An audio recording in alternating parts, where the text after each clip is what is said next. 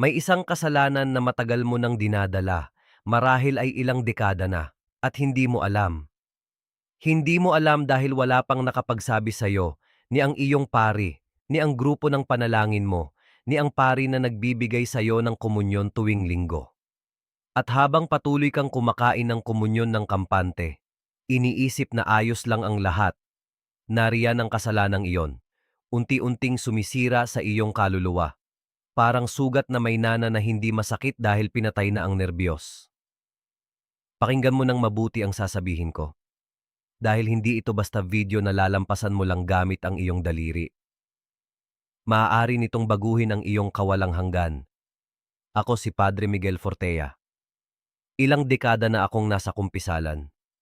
Nakinig na ako sa libu-libong kumpisal at sinasabi ko ito na may buong autoridad ng aking pagkakapari. Karamihan sa mga Katolikong kumakain ng komunyon tuwing linggo ay hindi nasa grasya ng Diyos.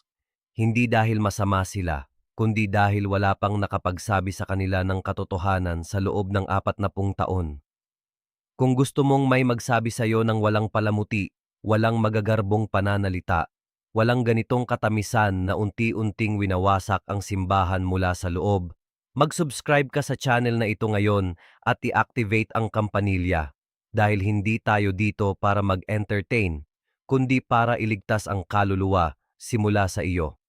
Ngayon, ipapakita ko sa iyo ang 12 kasalanan na halos walang Katolikong lampas 60 taong gulang ang inaamin, 12. At ang huli ay ang pinakamapanganib sa lahat dahil hindi ito mukhang kasalanan, parang kabutihan, parang karunungan ng matanda na natupad na ang kanyang tungkulin sa Diyos. Pero ito'y patibong na nakamamatay. Huwag kang aalis. Huwag mong isara ang video na ito. Dahil kung pinayagan ng Diyos na makarating ito sa iyong mga mata ngayong Kwaresma, hindi para hatulan ka, kundi para palayain ka. At magsisimula ang paglaya ngayon mismo sa katotohanan. 40 taon. May mga taong nagdadalang 40 taon na pumupunta sa misa tuwing linggo. 40 taon na tumatanggap ng komunyon. 40 taon na nagmamarka ng tanda ng krus pagdaan sa simbahan. Nagdarasal ng rosaryo bago matulog, nagsisindi ng kandila sa mahal na birhen. At gayon pa man, may mga kasalanang hindi kailanman inamin.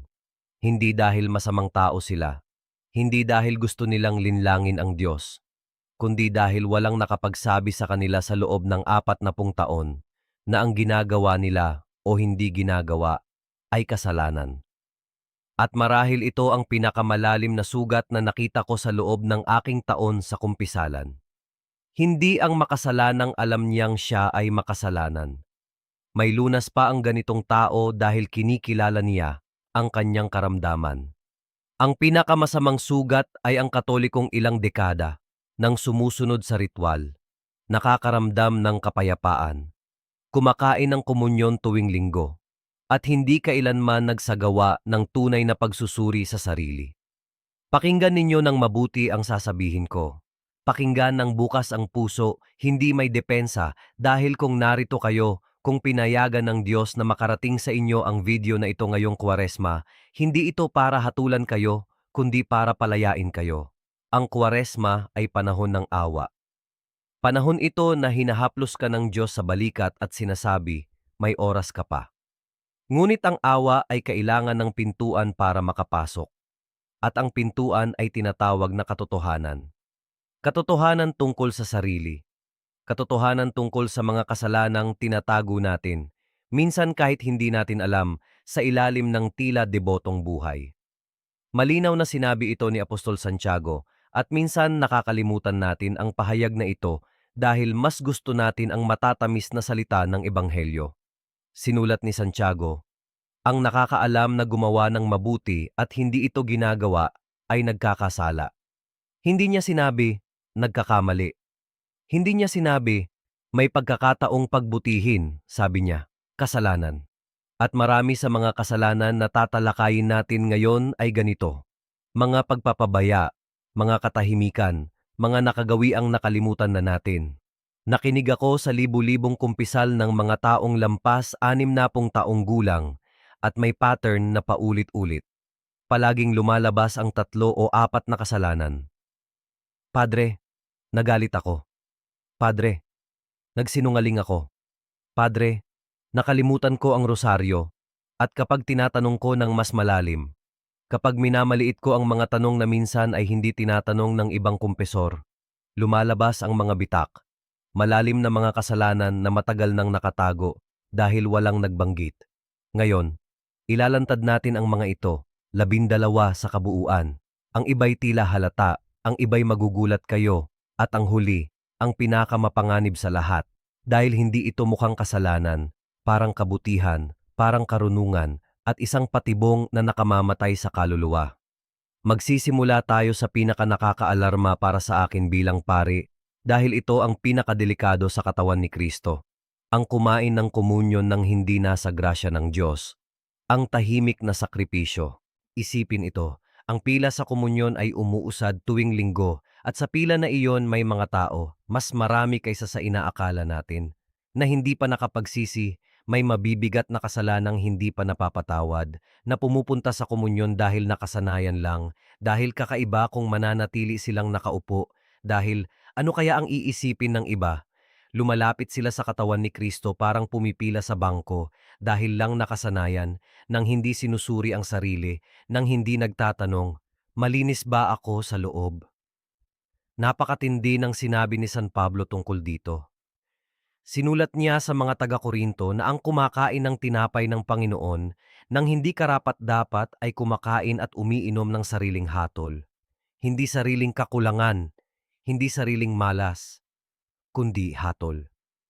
At malinaw na sinasabi ng katekismo ng simbahan sa bilang 1385, ang may kaalaman ng mabigat na kasalanan ay dapat tumanggap ng sakramento ng pagbabalik loob bago lumapit sa komunyon. Nagkaroon ng pangitain si Santa Brigida ng Sweden na dapat gisingin tayo sa katotohanan. Nakita niya ang mga kaluluwang tumanggap ng sakrileg na komunyon at ang bigat ng kasakiman ng sakrilehiyo ay mas mabigat kaysa sa maraming kasalanan ng sabay-sabay. Dahil hindi ito kasalanan ng kahinaan, ito ay kasalanan ng kawalang pansin sa pinakabanal na bagay na umiiral. Bago kumain ng komunyon, isang minimum na pagsusuri. 3 tanong. Naipagtapat ko na ba ang lahat ng mabibigat na kasalanan? Dumating ba ako na may gutom sa Diyos o dahil lang sa nakasanayan? Kung ang sagot sa kahit isa sa mga tanong na ito ay hindi malinaw, huwag kang kumain ng komunyon. Pumunta muna sa kumpisalan. Mas gusto ng Diyos na makita kang nakaupo sa bangko na malinis ang puso kaysa nakapila na may kaluluwang marumi. Ngunit may isang kasalanan na kahit maayos ang kumpisal, ay nawawala ang bunga nito. Isang kasalanan na humaharang sa grasya, parang pader ng bato sa pagitan ng kaluluwa at Diyos. At ito ay kasalanan na dala ng maraming taong lampas 60, ilang dekada na. Nakabaon ng malalim na halos hindi na nararamdaman. Ang galit, ang natagong galit, yung kapatid na hindi mo na kinakausap mula pa noong 15 taon na ang nakalipas. Yung manugang na hindi mo tinanggap, yung anak na nasaktan ka at sinara mo ang puso mo sa kanya, yung kapitbahay, yung kumare, yung hipag. Minsan hindi man ito galit, mas malala pa. Malamig na pagkawalang malasakit. Ibig sabihin, pinatawad mo na sa mga salita, pero nakasarado pa rin ang puso. Nakinig ako sa mga kumpisal na umiiyak ang tao dahil sa maliit na kasalanan, humahampas sa dibdib dahil nakalimutan sa misa. Pero kapag tinanong ko, sino ang hindi mo pa napapatawad? Katahimikan. Mahabang katahimikan. Mas marami ang sinasabi sa katahimikan na iyon kaysa sa kahit anong salita. Napakalinaw ng sinabi ni Kristo sa Ebanghelyo ni Mateo. Kung hindi ninyo pinapatawad ang tao, hindi rin kayo patatawarin ng Ama ninyong nasa langit. Hindi ito mungkahi, kondisyon ito. At natanggap ni Santa Faustina Kowalska mula mismo kay Jesus ang isang nakakatindig balahibong pahayag. May mga kaluluwa na marami ang panalangin, pero hindi ito aakyat sa langit dahil may galit sa puso. Ang galit ay pader. Hanggang naroroon ang pader, hindi makakadaan ang kumpisal, komunyon o rosaryo. Ang pagpapatawad ay hindi pakiramdam. Pakinggan ninyo ito ng mabuti dahil dito maraming natatrap.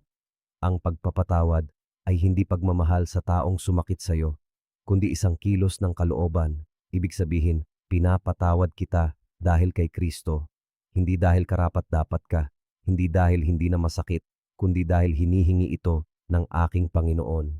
Ngayon, ngayong sandali, pangalanan mo ang taong iyon sa puso mo at sabihin ang mga salitang iyon, kahit mahirap. Kung ang galit ay sumisira sa grasya sa loob, may isa pang kasalanan na sumisira sa labas, sa komunidad, sa parokya, sa pamilya. Isang kasalanang halos walang inaamin, ang dila. Ang kasalanan ng mapanirang dila, paninira, pagsalita ng masama tungkol sa pari, pagkritik sa katekista, pagbibigay komento sa buhay ni fulana, minsan nakabalot pa sa pakiramdam na Kristiyanong pagkabahala. Magdasal tayo para sa kanya, abay siya'y nakipagkita sa kapitbahay. Mali, hindi iyon panalangin, tsismis lang na may balat ng panalangin. Ilang beses, pagkatapos ng misa sa harap ng simbahan, nasisira ng dila ang natanggap lamang sa altar. Sinabi ni Apostol Santiago na hindi magaan sa salita, na ang dila ay apoy, mundo ng kasamaan. At tinuturo ng katekismo na ang paninira at paniniktik ay maaaring maging mabigat na kasalanan, hindi biro, mabigat. Tinanggihan ni Padre Pio na hindi naman malambot na pari ang absolusyon sa isang babae na nagkumpisal ng paninira. Alam niyo ba bakit? Dahil walang tunay na layunin ang babae na magbago. Linggo-linggo, pare-parehong kasalanan ang inaamin ng walang intensyong magbago. Sinabi ni Padre Pio, bumalik ka kapag handa ka ng isara ang bibig mo.